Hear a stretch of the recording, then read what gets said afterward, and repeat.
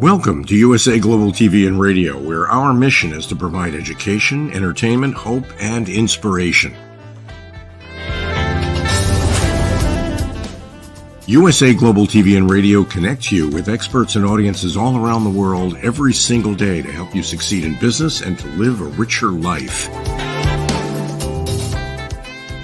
Visit us at usaglobaltv.com to learn about career and life-changing training and mentoring programs like the Listening Mentor. Subscribe to our newsletter to stay informed about our special programs and offers. Discover how you can become a guest on one of our shows or a host or producer of a USA Global TV and Radio show of your very own. That's USA Global TV and Radio, where the doctor is always in.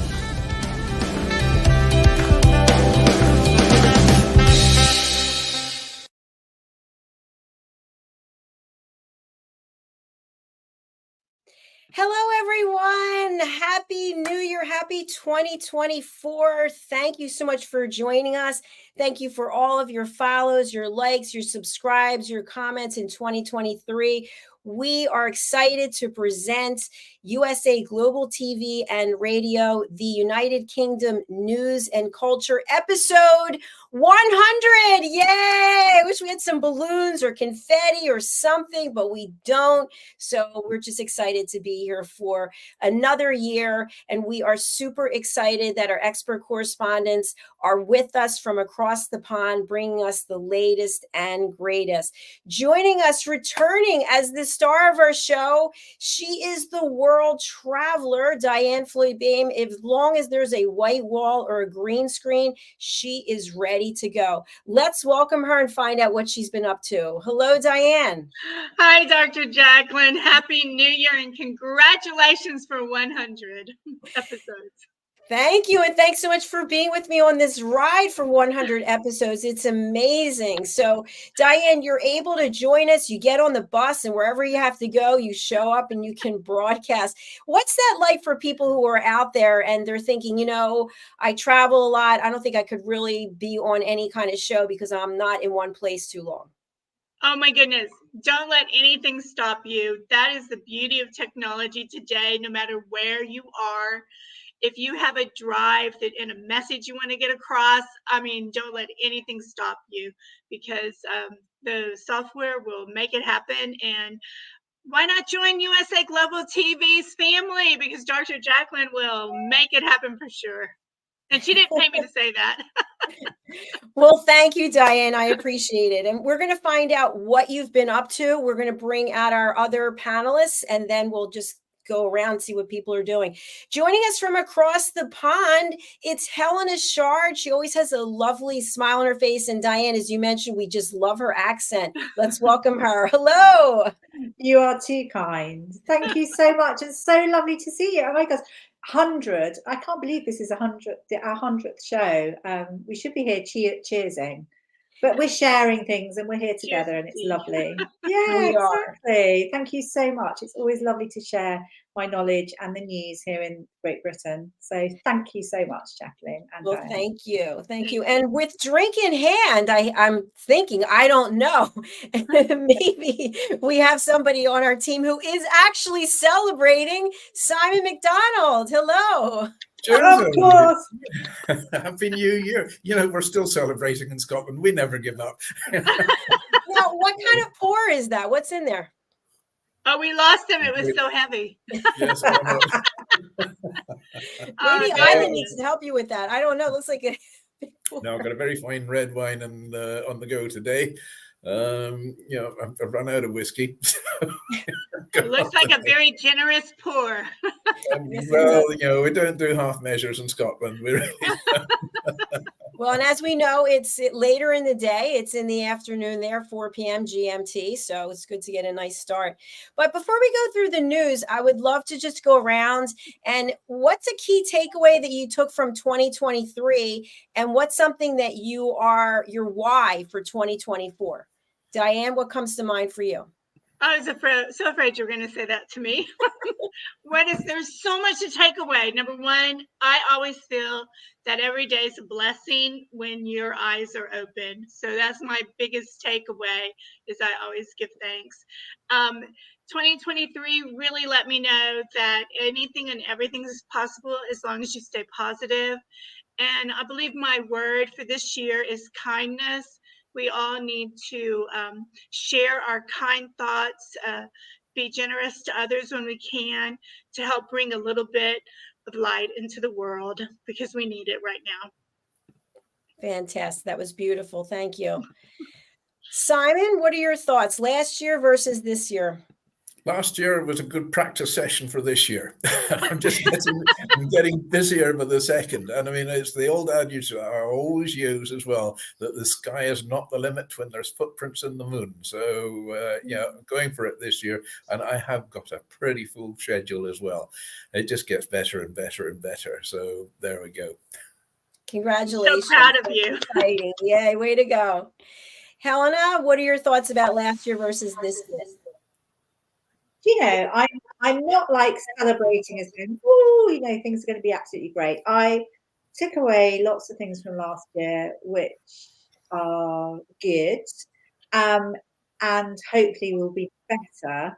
I'm very aware of what's going on in the world, and I think to keep talking about constructive, positive news, or news which is going to help and inspire and give hope, is so important. That's something I've believed in for years and years. And I think coming into 2024, from my own personal point of view, I am looking at, you know, everyone talks about these to-do lists, goodness me, they are to-dos, but I just think that 2024 is all about pockets of joy. As Dianne said as well, it's about being kind. And the biggest thing I think in the world, and I've had a lot of conversations with friends, family, acquaintances, is being tolerant. We have a world at the moment which is obviously discombobulated, and I'm hoping 2024 we can just try and pull things in a bit. Being tolerant and understanding different thoughts is the way forward. Brilliant. Thank you so much, Helena. I love that. Well, I just want to personally thank each of you. People don't realize, you know, we're all running from one thing to the next, and it's not like we have nothing to do. And you take your time to be here and to add value. It takes time to prepare and get the information together that you're going to be sharing with our audience. So thank you. And Dianne, I know you're on the road traveling. You make an effort to be here and lead us through this show as well. So thank you, thank you, thank you. You're welcome. All right. I know we have a lot to get to today on the 100th episode of the United Kingdom News and Culture. Let's go over to Helena. What have you to share with us today? Oh my goodness, Dr. JACALYN, thank you so much. There is so much going on, but you know, we are at the beginning of the year, and I just thought I'm going to start with something which is really good fun. It happens in, I think, a lot of countries, including America. And so bathers, so people that have this feeling that they want to rush to the sea or rush to any kind of water, have braved the cold waters. And on New Year's Day, I mean, I have to say over the whole festive period, but I'm going to talk about New Year's Day, have raced into the sea for so many different reasons. I mean, this is something that dates back years and years and years. And people think, okay, over the Christmas period, there's hangovers. So you race into the sea to try and get over your hangover. But my feeling is it's actually a lot about endurance. So there's a lot about strength there. And also charitable causes. So people also are raising money for charity, and it's a fabulous thing to see. And I have a few photographs of different places here in the UK and one just outside the UK, but just to give an idea of what happens. I mean, we all know, but it's amazing, isn't it, how New Year's Day everyone's like, yes, yes, and everyone gets up early and they race off, and the water's obviously absolutely freezing, but it's just that camaraderie, the spirit, togetherness, how everyone is doing it for different reasons, but it's a really quite joyful, and again, as I say, a pocket full of joy, and it's so good to see. So we will start with, hopefully, if we have the photographs, of a lovely photograph of people racing. Yay, this is Scotland. So this is the Looney Duke swim that Simon may be aware of in South Queensferry in Scotland. So you can see how everyone, I mean, that's just a picture of obviously animation. It's great fun. So everyone's having good fun. And I love that. So that's Queensferry in Scotland. But we also have another photograph from Whitmore Bay, which this does make me laugh actually, because Barry Island, which is Whitmore Bay in South Wales, is we have a great programme here, or sitcom that's run for years and years and years, with loads of, it's quite famous, and now I can't even remember the name of it, but I will remember it shortly and let you know. But it shows lots of people racing into the sea, and I have friends that have joined this. This was last year. This is this year. It's slightly, being a photographer, I can see it's slightly overexposed, but it's good fun. Everyone's there racing. Who's going to get into the sea first? I just love that idea.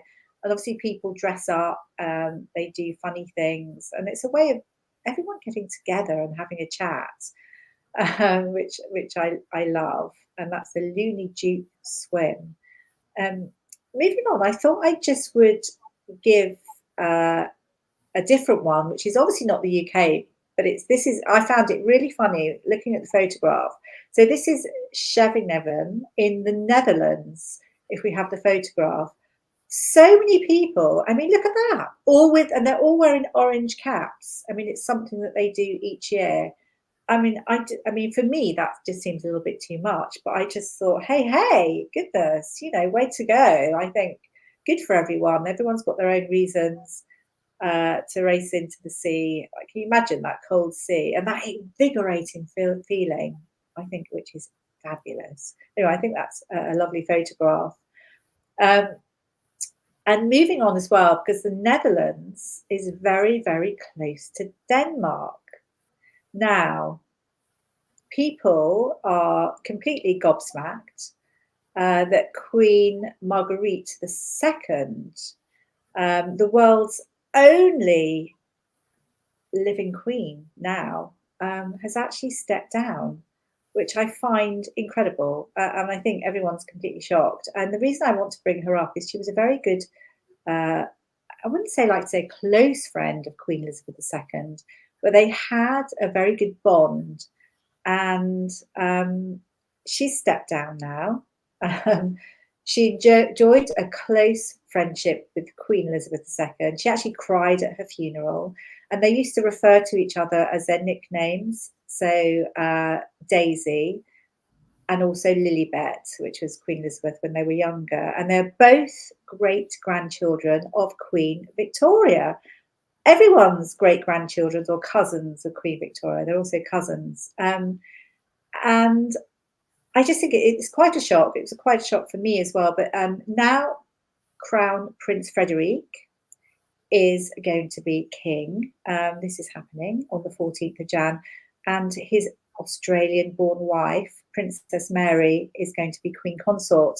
I think she looks very much like Kate Middleton, so the Princess of Wales. And there's some kind of synergy there somehow. But it's one of those things that's happened, and I just think as well, just to celebrate the Queen, basically, who's given up, is the fact that she was such an icon fashion-wise. She's 83 now, I think. But we have a lovely photograph of her, I think, when she was 82 with her family on the balcony. Do we have that? If we don't, it doesn't matter. But it's quite interesting to see. No, that's not that one. But it doesn't matter. But don't worry. She was, Vogue referred to her as the fashion, the fashion Bible, Vogue, as we know, as the unsung style hero. She was 6 foot. She used to always eat. She was an absolute chain smoker. Hot dogs. She always ate junk food. and was incredibly strong, but she had a back operation not so long ago, and she just decided when she was giving her Queen's speech, something like 12 minutes in, to say that she was going to give up being Queen. I find it fascinating because I like anything royal, so it was lovely to share. I wish you could see a picture of her, but she's incredibly animated, her fashion sense absolutely bright, and she really completely shone. Helena? Yes? Is this the video? No, it's not. It was just a photograph of them on the balcony, but it's fine. It doesn't matter. But I think what we'll do, we'll sort of move on to I'm just thinking now, what do we move on to? There's so many different things. I think thinking about, because of Daisy, who's her nickname, Queen Margaret II, stepping down, everyone has been like saying, oh, King Charles, our wonderful king, oh, maybe he should step down and make way for the youngsters. And it's created this furore here in the UK. And I was thinking, goodness me, King Charles is so well established. He's been king for probably about 18 months now. But he has been a king. It's taken a long time. He's been a long king in training.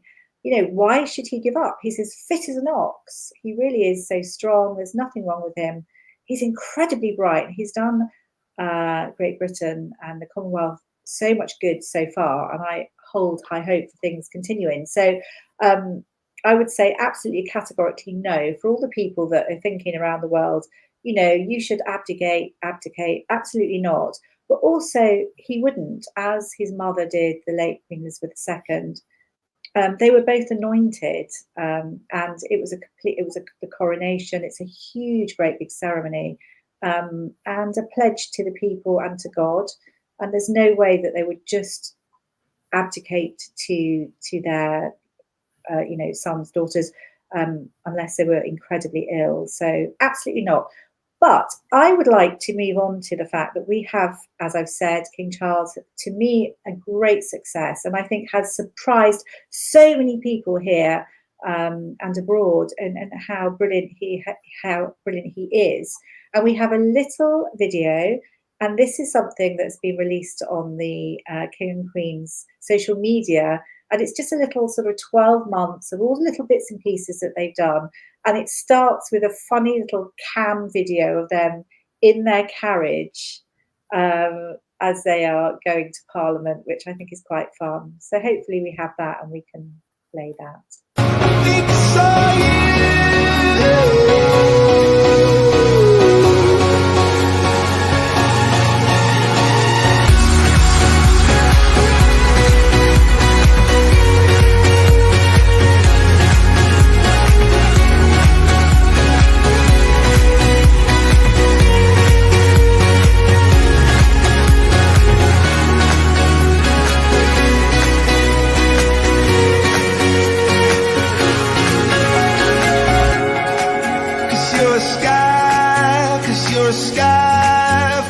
Stars.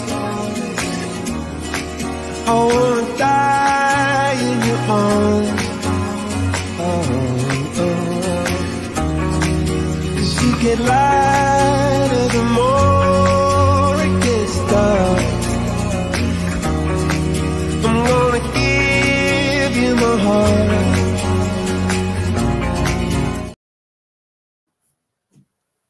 Oh, I absolutely love. I love, isn't that, I mean, that is success. I have to say, that's 12 months. Isn't that a lovely video? It's fabulous. And that beginning bit of them, it's the little cam thing of them in the carriage is, I think to me, when they're sort of travelling to the opening of Parliament and obviously waving to people along the way, I just think how super. It's absolutely wonderful. And interesting as well that there's a new government poll, which is, there's more of it coming out. And it's the one thing that came out is that half of Britons actually celebrated the King's coronation, which really, to me, I was so excited. I mean, there's going to be obviously a lot more released, but that general statistic, I think, is great news. And the King and Queen are going to be visiting lots of Commonwealth places, I think beginning with Canada, and they will be moving on to Australia. And I know the Prince and Princess of Wales, I think their next place they're going to is Italy. I mean, it's so great forging these wonderful relationships. So we've got a lot more to look forward to in 2024, and I just can't wait. And I sort of want to say a big thank you, really, because there's been lots of ups and downs. But, you know, I just think that people are quite stoic and strong, and it's good to see. And it's going to lead us into a better 2024. And I think always each year at the beginning of the year, which is really good fun, we have the New Year's Honours List, which is really good. Now, these are awards that our king or the monarch or anyone that the monarch assigns to give over, to give awards, you know, that can give out awards. We recognise people that have contributed to the nation in some kind of way, or you know, have made something or done something remarkable. And I just would like to speak about a couple of people. I mean, there are fabulous people to talk about, but first of all, I'd like to talk about, we've got a couple of, I think I'll talk about Rizan Javed to begin with. Now, Rizan he works on the Queen Elizabeth line, so he works for London Underground. It was always his mission to help people. Always wanted to, if anyone was upset or worried, he would always be there. That was his mission. He has been honoured for his services to mental health, and he has been an assistant since 2015 and has actually stopped 29 people from taking their lives. He's inspirational, he's caring, I just love that the fact that he gives, it's his life's work, it's his mission to help others. And also he's not, I think he's of Indian descent, I'm not too sure, but he was saying that in his world that lots of people, they never ever talk about mental health, you know, his mother, his auntie, or whoever would be like, they'd sort of give like a sticking plaster just to cover it up. So that's why he also, I think that's another reason why he's done so well. Very caring, great empathy, and to be able to just speak to people about general things and to prevent that kind of thing. Wow. So great thanks to Rizan Javed. Yeah, absolutely. I'm just really, really pleased. We've got a photo of him. There he is in his uniform, Queen Elizabeth line, but such a lovely, lovely chap. And it's so fabulous to have him speaking so direct and wanting men to speak out more, especially because it's something that's needed, which is great. And I think also we've spoken about Tony Hudgell. I know Simon also brought this up some time ago. Now, Tony Hudgell, the most lovely, wonderful, vivacious young chap. He's now, I think he's almost 9. He founded his own foundation to support vulnerable children. And if everyone remembers, he unfortunately didn't have such a good introduction to life. He suffered a lot of abuse. He nearly died, but he survived his abuse. And he's now the youngest person that is recognised in the New Year's Honours List, which is absolutely lovely. I mean, he's so beautiful. He's raised over 1.8 million for the hospital that actually basically saved his life.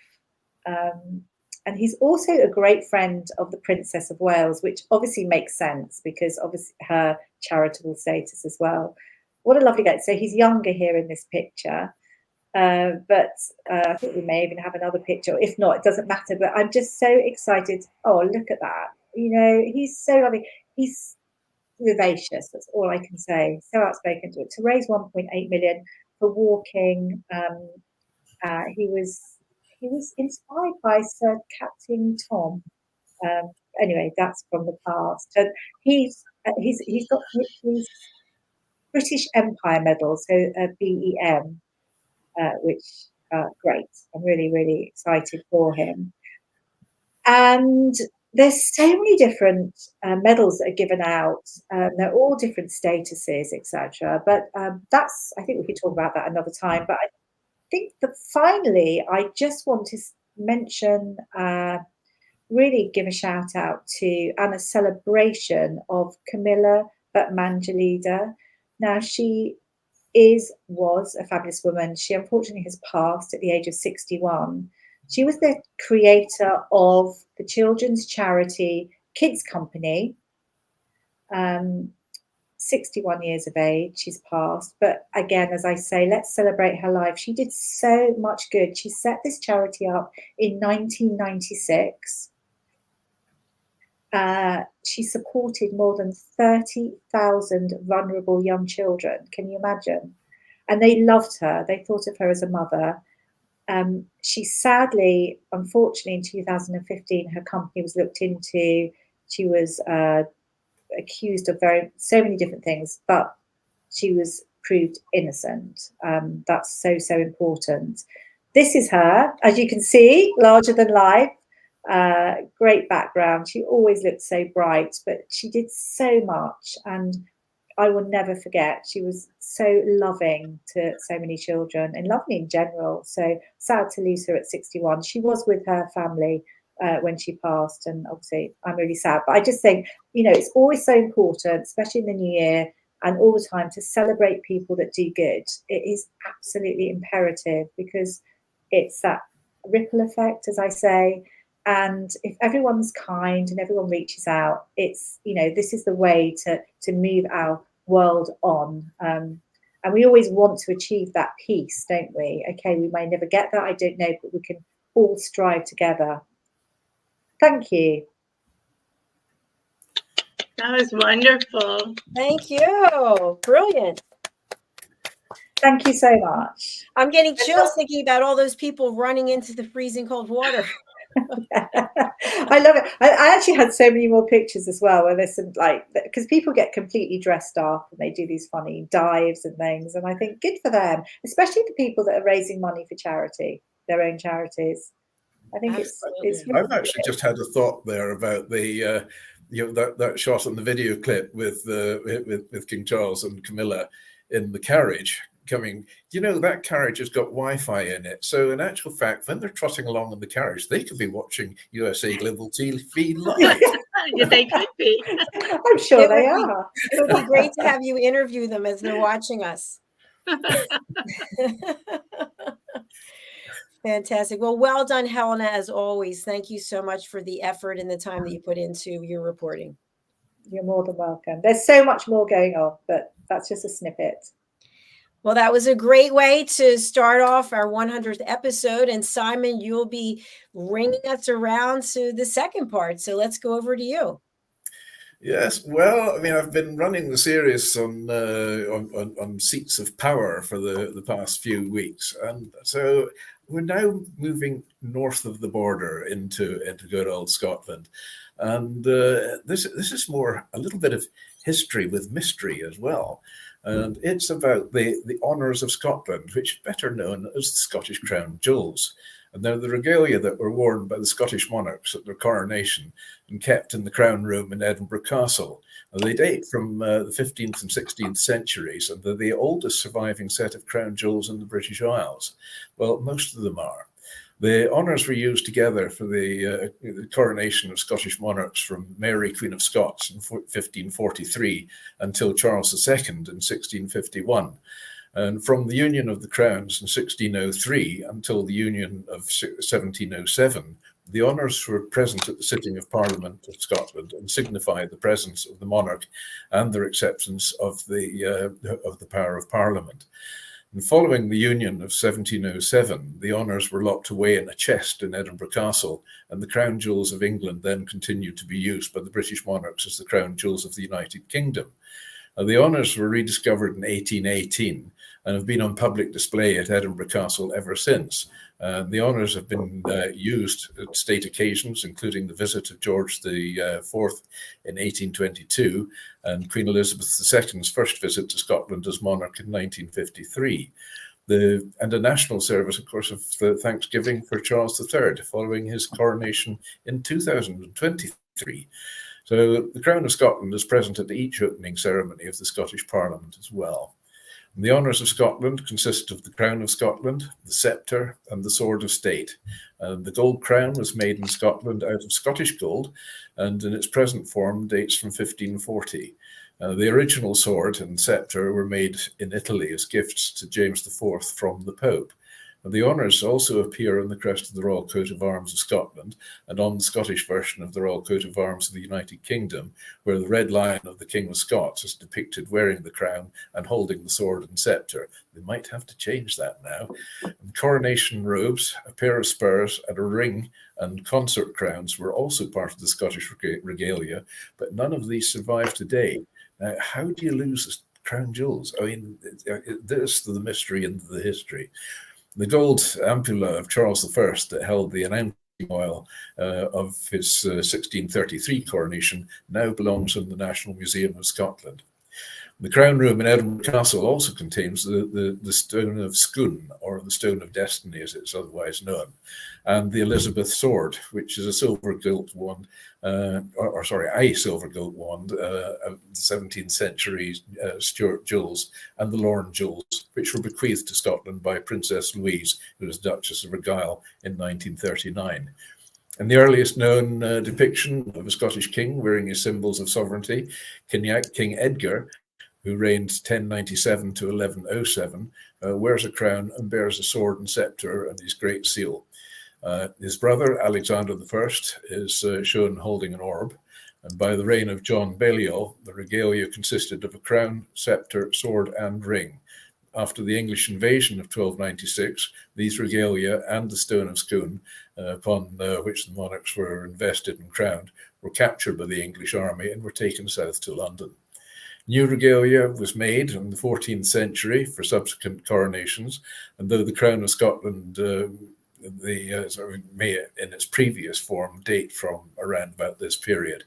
The other regalia were gradually replaced by the 16th century, and the current set of honours, consisting of the Crown of Scotland remodelled in 1540, and the sceptre and the original Sword of State, which were both made in Italy and given to James IV as the papal gifts, and also the Elizabeth Sword, or the new State Sword of Scotland, which was made in 2023 by my son, Paul. Consort crown was made in 1539 for Mary Guise, wife of James V, but it doesn't survive amongst the honours. More history and mystery.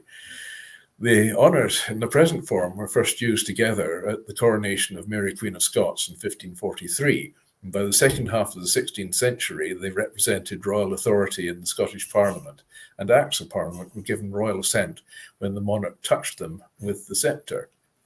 The honours were usually kept in Edinburgh Castle, where they remained during the Marian Civil War, and Regent Morton brought the honours to Stirling Castle for his Parliament on the 15th of July, 1578, where they were held by the Earls of Angus, Lennox, and Mar.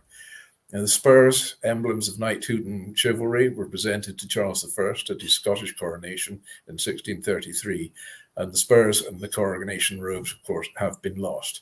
History and mystery. The honours were last used at the coronation in 1651, when Charles II was crowned at Scone. As Oliver Cromwell had invaded Scotland the previous year, and Edinburgh Castle had surrendered his army that December, the honours could not be returned there. English crown jewels had already been melted down and struck into coins by the Commonwealth. And with Cromwell's army fast advancing in Scone, in June 1651, the Privy Council decided to place them at Dunnottar Castle in Kincardineshire, up on the east coast, which was the family seat of the Earl Marshal and the custodian of the honours, which gives the origins of the name and the rank or position of a marshal, including a US marshal for that matter. They were brought to Dunnottar, hidden in sacks of wool, and Sir George Ogilvy of Barras, who was the Lieutenant Governor of the castle, was given the responsibility for its defence. In November 1651, Cromwell's troops called on Ogilvy to surrender, but he refused. During the subsequent blockade of the castle, the removal of the honours of Scotland was planned by Elizabeth Douglas, who was the wife of Sir George Ogilvy, and Christian Fletcher, who was and wife of James Granger, minister of Kinneff Parish Church. Two stories exist regarding the removal of the honours. Fletcher stated in 1664 that over the course of 3 visits to the castle in February and March 1652, they carried away the crown, the sceptre, sword, and scabbard hidden amongst sacks of goods. But another account was given in the 18th century by a tutor of Earl Marshall, and it records that the honours were lowered from the castle onto the beach, where they were collected by Fletcher's servant and carried off in a creel of seaweed. Having smuggled the honours from the castle, Fletcher and her husband buried them under the floor of the old kirk at Kenneth. And that last one seems to be the popular choice of the story. At the restoration of Charles II in 1660, the honours were removed from Kenneth Old Kirk and returned to Edinburgh Castle. During the debates in the Scottish Parliament in October 1706 to January 1707 on the Treaty of Union, rumour spread that the honours were to be taken to England and melted down. To allay fears over the fate of the honours, on the 14th of January 1707, the Parliament amended Article 24 of the treaty with a clause stating that the crown, sceptre, and sword of state continue to be kept as they are in that part of the United Kingdom, now called Scotland, and that they shall so remain in all time coming, notwithstanding of the Union. With the adjournment of Parliament on the 25th of March 1707, the honours no longer had any practical use. So they were taken to the Crown Room at Edinburgh Castle, where they were safely locked away in a great oak chest, and the doorway of the Crown Room was walled up. So on the 28th of October in 1817, the Prince Regent issued a royal warrant authorising specified commissioners to break open the walled-up doorway of the Crown Room. The commissioners broke into the Crown Room on the 4th of February 1818, half expecting to find the oak chest empty. And they were relieved to open it and discover the crown, the sceptre, and the sword wrapped in linen exactly as they'd been left 111 years earlier. The royal standard was hoisted above Edinburgh Castle in celebration of the historic moment. Cheers of excitement rippled through the castle, and members of the public, they gathered outside to hear the news. Then on the 26th of May in 1819, the honours went on public display in the Crown Room. They were guarded by 2 veterans of the Battle of Waterloo, dressed in Jacobean yeomanry outfit. And George IV was crowned king in 1821, and his visit to Scotland the following year was the first by a monarch since 1651. So on the 12th of August 1822, the honours were escorted in procession of the palace to the Palace of Holyrood House at the foot of the Royal Mile. There was a carnival atmosphere with people lining the streets and observing from windows. 3 days later, the king arrived at the palace and symbolically touched the regalia before leaving the country. A week later, he took part in the return procession to the castle, where the honours would then remain until the 20th century. In 1911, the sword was carried before George V at the official opening of the Cecil Chapel in St Giles Cathedral in Edinburgh. It was the first time that any of the regalia had left Edinburgh Castle since 1822. During the Second World War, the honours were hidden at the castle, owing to fears that they might be lost if the UK fell to Germany. The crown and Stuart jewels were buried under the floor of a water closet, while the sceptre and sword and wand were hidden inside a wall. And the only officials who knew of the hiding place were George VI and the Scottish Secretary of State, the King's Remembrancer, and the Governor-General of Canada. So on the 24th of June 1953, they were presented to the newly crowned Elizabeth II at the National Service of Thanksgiving in St Giles Cathedral in Edinburgh. Keen to avoid the service being interrupted as a Scottish coronation, Sir Winston Churchill, then Prime Minister, advised the Queen to dress relatively informally. From 1971 to 1987, the sword was used at the installation of the Knights of the Order of the Thistle, Scotland's highest order of chivalry. And when the Stone of Scone was returned to Scotland in 1996, it was placed in the Crown Room alongside the honours. During renovations in the 1990s, the honours were temporarily stored at an anonymous bank in Edinburgh. The Crown of Scotland was present in May 1999 at the first sitting of the devolved Scottish Parliament. It was carried on a cushion, the official reason being that it was too fragile for the Queen to wear. 2018, plans were announced to renovate the past its sell-by date honours exhibition and improve accessibility. So the Crown of Scotland was placed on Elizabeth II's coffin at the service at St Giles Cathedral on the 12th of September 2022 and remained there while she lay in rest. Her successor, King Charles III, was presented with the honours on the 5th of July 2023 at a national service of thanksgiving in the same cathedral. Now, a crown must have been made during the reign of Robert the Bruce and his son David II, as David was anointed and crowned, as were all the subsequent Stuart kings. And it was probably this new crown that was remodelled into the current crown. Arches were added to the crown by Adam Lees for James V in 1532, making it an imperial crown, symbolising the king subservient to no one but God. In 1540, the circlet was melted down and recast by the Edinburgh goldsmith John Mossman, with the addition of 22 gemstones to the original 20 and an extra 41 ounces of Scottish gold. James V first wore it to his wife's coronation in the same year at Holyrood Abbey. It weighs 3 pounds and 10 ounces, and the circlet is decorated with alternative fleur-de-lis and crossed fleury. 4 gold half arches preserved from the original crown are surrounded by gold mond. Enamel blue with stars representing the night sky. And on top of the mond is a cross decorated with black enamel pearls and a large amethyst. The 4 gold ornaments with a large pearl in the centre are attached to the bonnet between the crown's arches. The sceptre, a symbolic ornament rod held by the Scottish monarchs at their coronation, was a gift from Pope Alexander VI to James IV in 1494. Now, this papal gift replaced a native-made sceptre, which dated from the 14th century at the earliest, and which has been lost. More history and mystery. These things can't get lost. I mean, surely. But anyway, lost it is. And the sceptre was made in Italy of silver gilt and was remodelled and lengthened for James V by 1536 by the Edinburgh goldsmith Adam Lees, and that is now 3 feet long. The sceptre consists of a handle attached to the bottom of a hexagonal rod, which is topped by a finial, and the rod is engraved with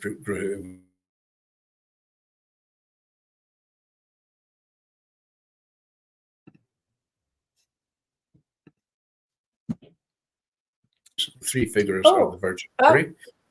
You were frozen. Sorry, we didn't know if you were still there. Okay. Yeah. Right. Carry on. Yeah. Oh, okay.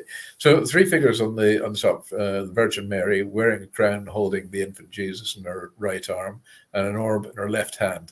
St. James the Great was holding the book and staff, and St. Andrew holding a book and a psalter. The finial is topped by a globe of polished crystal and surmounted with gold globe topped with a large pearl. The original sword of state was a gift from Pope Julius II and presented to James IV along with a blessed hat in 1507 as papal recognition of James' defence of Christendom. The sword, which measures 5 foot in length, was made by Domenico de Sutri and replaced a native-made sword of honour that had been made in 1502 to complement the sceptre, and which has been lost. The steel blade, measuring 3 1/4 feet in length, is etched on either side with figures of St. Peter and St. Paul and the words Julius II Pont Max in inlaid gold lettering. The 1 foot and 3½ inches silver gilt handle is decorated with oak leaves and acorns, with 2 stylized oak leaves which overlap the scabbard, and the crossguard in the form of dolphins. The sword of the state's wooden scabbard is bound in crimson velvet with silver gilt repoussé work and hung from a 5 foot long sword belt that's made from woven silk and the thread of gold, and has a silver gilt buckle. In 2023, just last year, the sword of state was considered too fragile to be presented along with the other honours of Scotland to King Charles III at the national service of thanksgiving and dedication at St Giles Cathedral on the 5th of July. So a new ceremonial sword, named the Elizabeth Sword, after the late Queen Elizabeth II, was made by Scottish sword maker Paul MacDonald, my son, as the newest addition to the honours, or the Crown Jewels of Scotland. It took 5 months to create at a cost of £22,000. There's a lot of gold in there. And that's Paul holding up the state sword, the new state sword, that is. It's quite heavy. It's considerably heavier than the old one. But that's good fit to last another 500 years.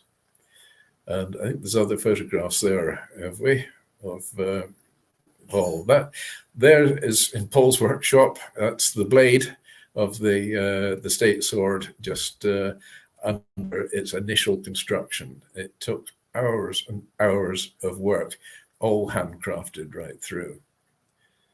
And the next photo, that's more detailed, showing the Damascus steel of the blade. And this was just before the lettering was inlaid in gold. But the precision that was required to get all those folds of the Damascus steel absolutely in line was just quite incredible.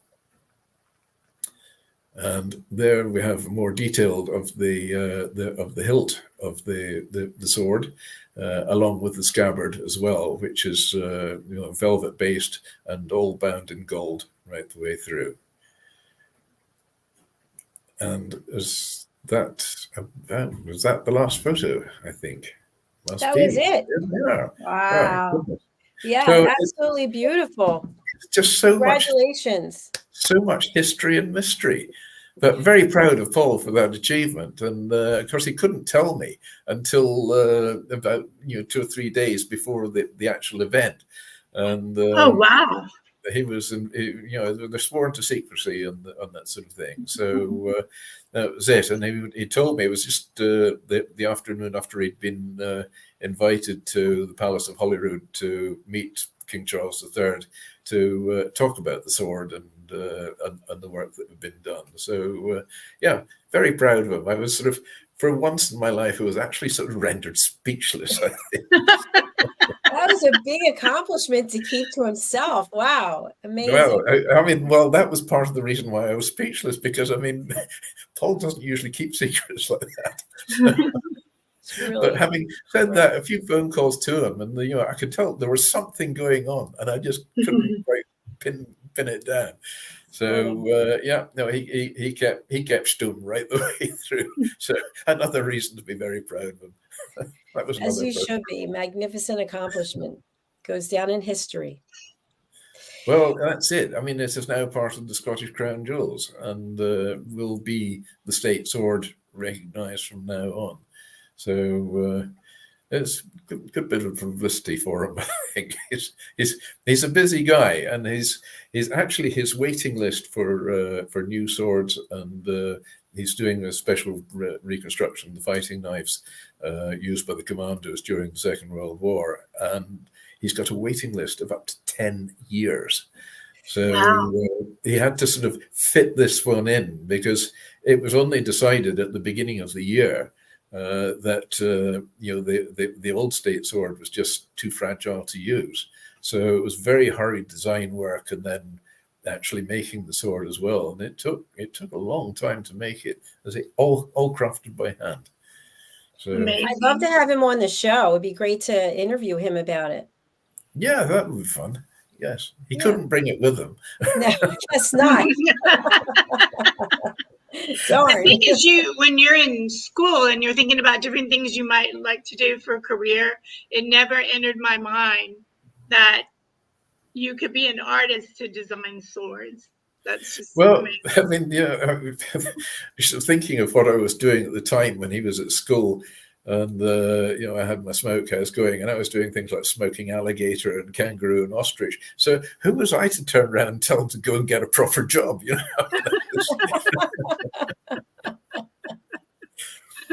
I love it. Well, what a great way to celebrate our 100th episode. Dianne, what comes to mind when you think about celebration? What should we be doing for 100 episodes? Oh, my goodness gracious. I think just being together and, I have my tea. I'm very British, right? And my water. You've been to Boston at a tea party. That's right. Maybe on our 150th, maybe we can all be in person. That would be fun. Yes. That would be fun. Yeah. So y'all come to Texas or Florida. Yeah, you guys come over here. That would be great. Well, that's the only problem with that one is, will Diann be there? She's I'll get in my car and drive. Yeah. It's just I-10, She'll pick it 17 hours to Florida. It's no big deal. Yeah, we'll let you No tires big down. deal. Got a room waiting for you, Diann. Well, we're going to be closing out because our next show, Global Social Entrepreneurs with Ann Scotland, is coming up. So let's go around and give our final message for this 100th episode as we share something special with our audience. I'm going to go over to Helena instead of Diann first. Yay. I was about to say, we should all just take a little trip to Edinburgh Castle and go and look at the Scottish crown jewels, etc. I think it'd be really good fun, and we could also creep in through a window. But actually, thinking about it, it's very simple for me. It's finding pockets of fun and joy, and I do think that in itself, whatever it is, it sort of takes you down that path. And for me personally, I can find my creativity there, and that's when the great ideas and all the things that I want to achieve always pop into my mind. But you have to be in that happy place, I feel. So it's very simple, and then you can get through, instead of all these to-do lists, you can do your ta-das as you tick them off. I love that. Ta-da! Absolutely beautiful. Thank you. Simon, what about you? What would you like to leave our audience with today? Well, on this day in 1496, Leonardo da Vinci unsuccessfully tested a flying machine. And in 1870, the construction begins on New York's Brooklyn Bridge.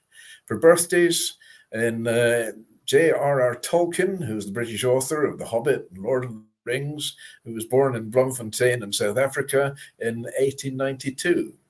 Belated happy birthday. And present one as well, Mel Gibson, 68 today. He was born in 1956, the American actor who's famous for Mad Max, Mrs. Awful, Lethal Weapon, and many other movies. Braveheart as well included in him. Happy birthday, Mel, and cheers. And it's the 100th one today. We'll check with you on saying 100th when you finish that glass. That would be interesting.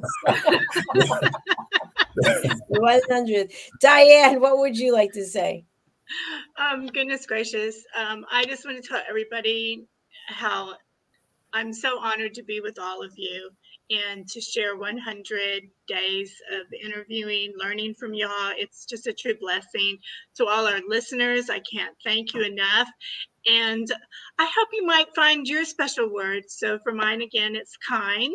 And I know that all of you listening and watching, that you've already been blessed today because your eyes opened up. So go out and share your light with others. Thank you, Dr. JACALYN. Thank you, Diann. I appreciate that. And what I'll share is there's a lot of this in the fitness industry. And, I work out like a crazy person because I love it. But it's all about, the calendar change. So now all of a sudden we're supposed to change. And what I really want people to do is I want them to come up with a why. What is the why you want to change?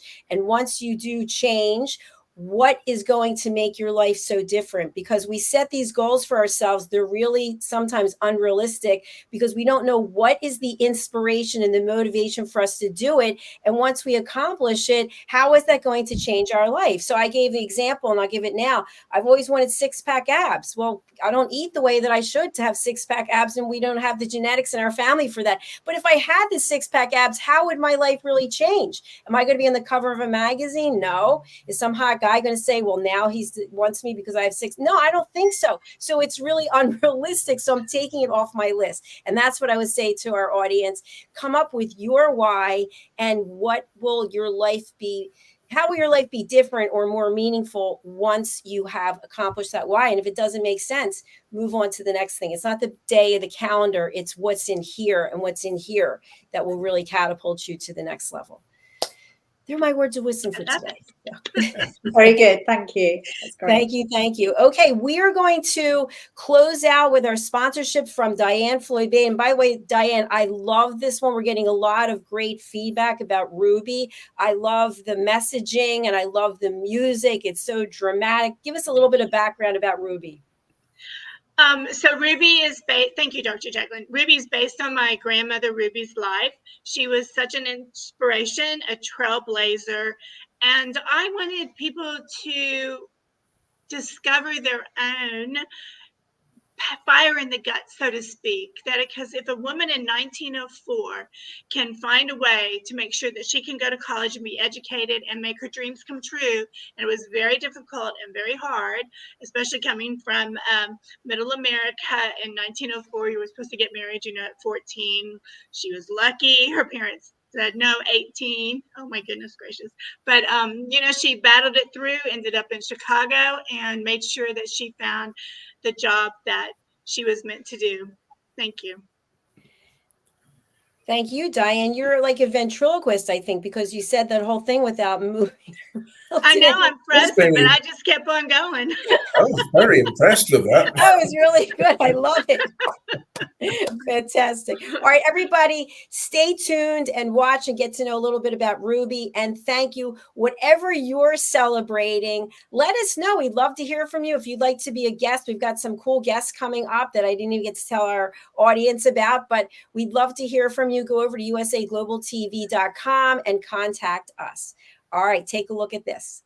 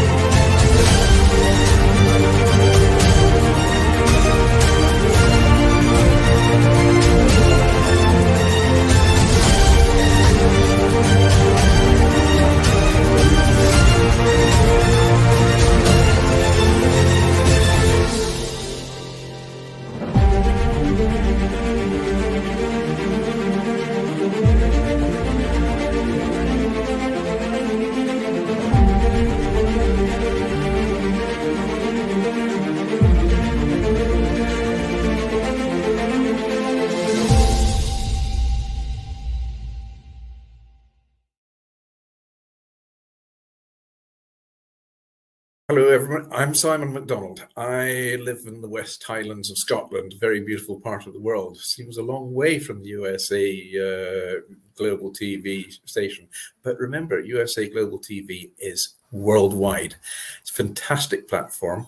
And every Wednesday, I come along here as part of the show of the United Kingdom News and Culture. And it's just like a family reunion each time.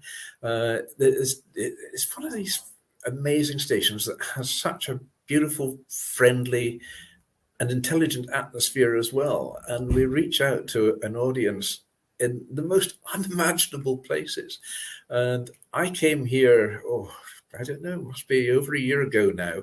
I was introduced by Dr. Philip Chan, and I met Ian Plum-Turner and Helena CHARD, who are co-presenters on the show. And then DIANN FLOYD BOEHM came along as well. And I mean, the five of us, Dr. JACALYN, of course, who is our host and our mentor, has just made this show work so well. Tremendous people, lovely time we have, and we impart a lot of information, a lot of knowledge. Nothing's rehearsed. It's all done off the cuff, and it all just gels. And we get great feedback from people coming back and saying how they're enjoying the show. It's lovely to hear, and it's lovely to get that interaction from outside as well. And we're all listeners, and some of us are elevated listeners as well. So we enjoy every second of it, and we hope you do too.